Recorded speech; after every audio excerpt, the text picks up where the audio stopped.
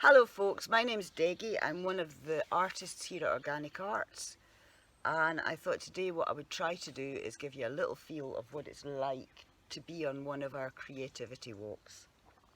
So one of the things that we always do is have a nice cup of herb tea from our herb garden, which is just over to my left there. Everything's a little bit more overgrown than it would normally be because our community garden volunteers usually keep this area nice and tidy for us, but it's quite wild and pretty with cow parsley here and various other things. So in my herb tea today I have some nettle, some mint, and a little bit of lemon balm. I've pre-boiled my kelly kettle. Hold it up for you here.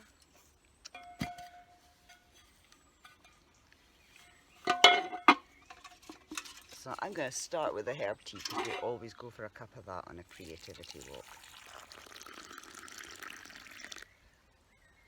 So to use a kelly kettle, pour like that. You use the chain so you don't burn your hand.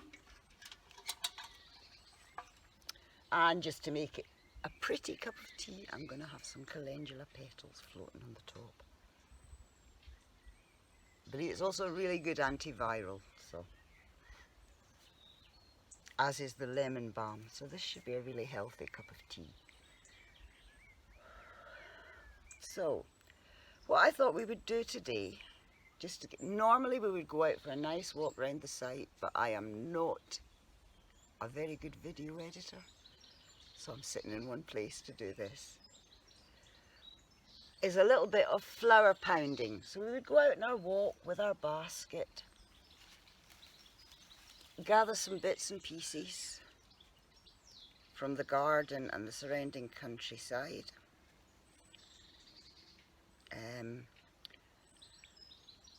So here I have some beech leaves, copper beech.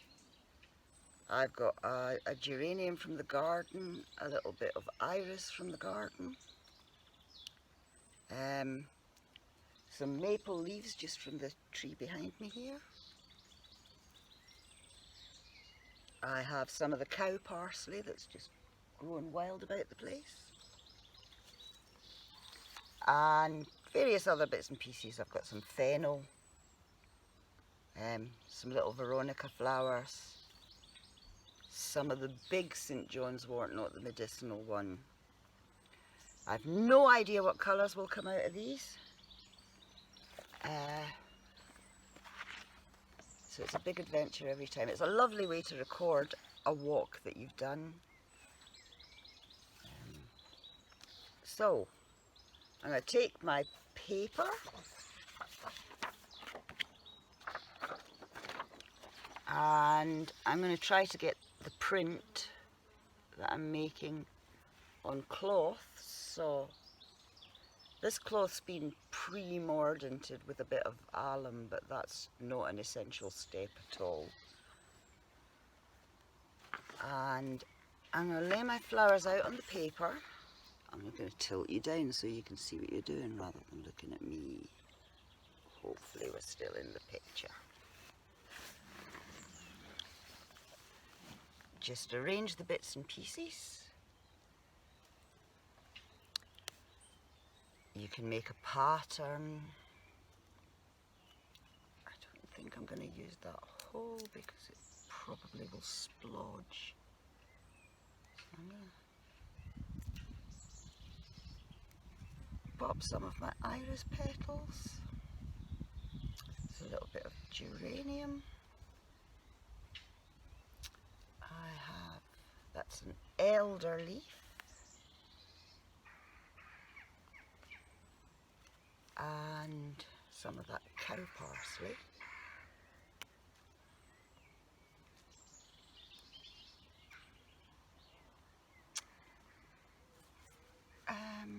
Oh, and some fennel. Oh, I've put fennel on already. Let's scatter a few of our marigold petals around.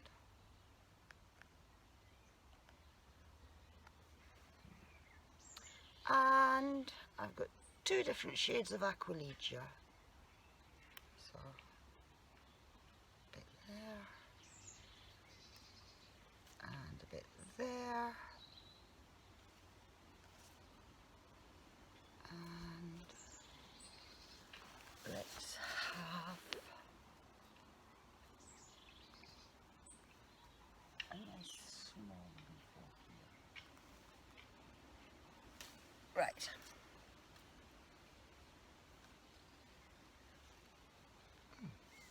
Squeeze it all over them. And you take your cloth, pop that over the top, and then I will want another sheet of my paper.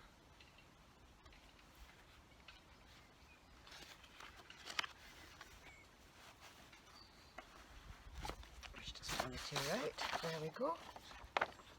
Sandwich the 2 together. So I've got paper, leaves, cloth, and then another sheet of paper over the top. And I'm going to just flick the cover over on this book. You can just use a bit of cardboard and do it on a board, but I thought just doing it in my sketchbook today would work. Then you need a mallet. If you don't have a mallet, maybe a rolling pin, something heavy, because we're going to do some serious whacking here. Right.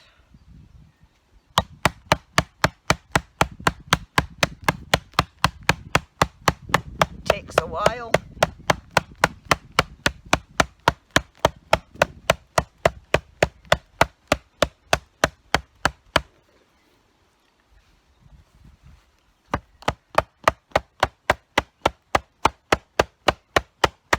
And a great way of getting rid of any frustrations that you're carrying around with you. Nice little taps. You want to tap all over because you don't know where those leaves are.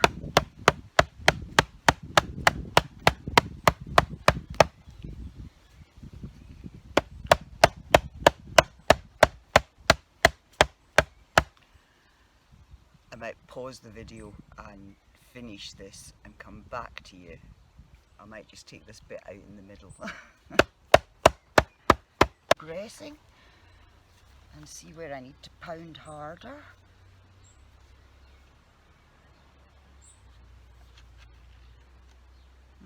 And that's my cover sheet, and you can see there's some colour coming out now.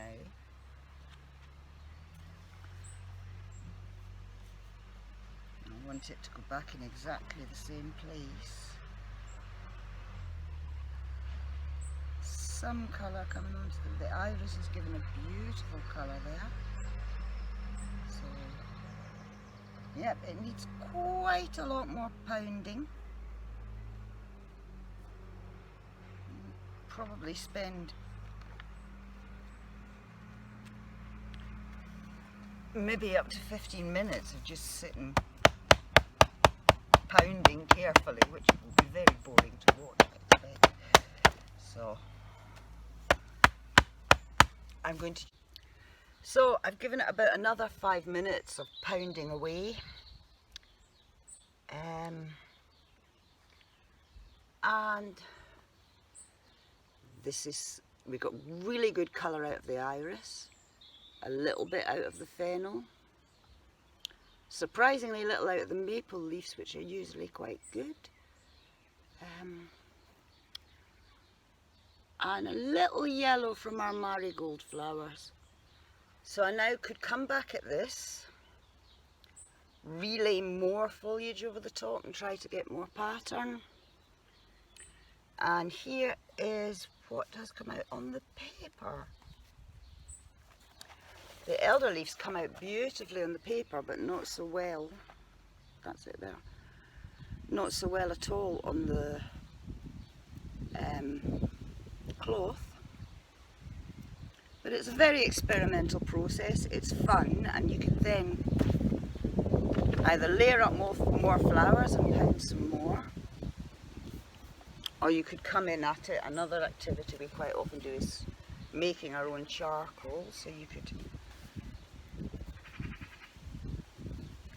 draw into your draw into what you've made with charcoal or some other medium as you wanted to. We often actually use flowers just for direct drawing on our walks. So there's a dandelion. You get great colour. These are probably not going to be terribly colour fast.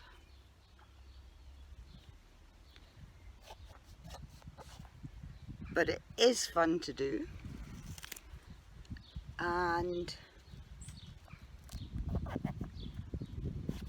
there's drawn with a dock leaf. So we draw on our walks as well with things that we find, with charcoal that we make, and with earth pigment pastels that we make. So that was just to give you a little taster. I hope you enjoyed it, and perhaps I'll do another video another time of other activities we do on our walks. Thank you.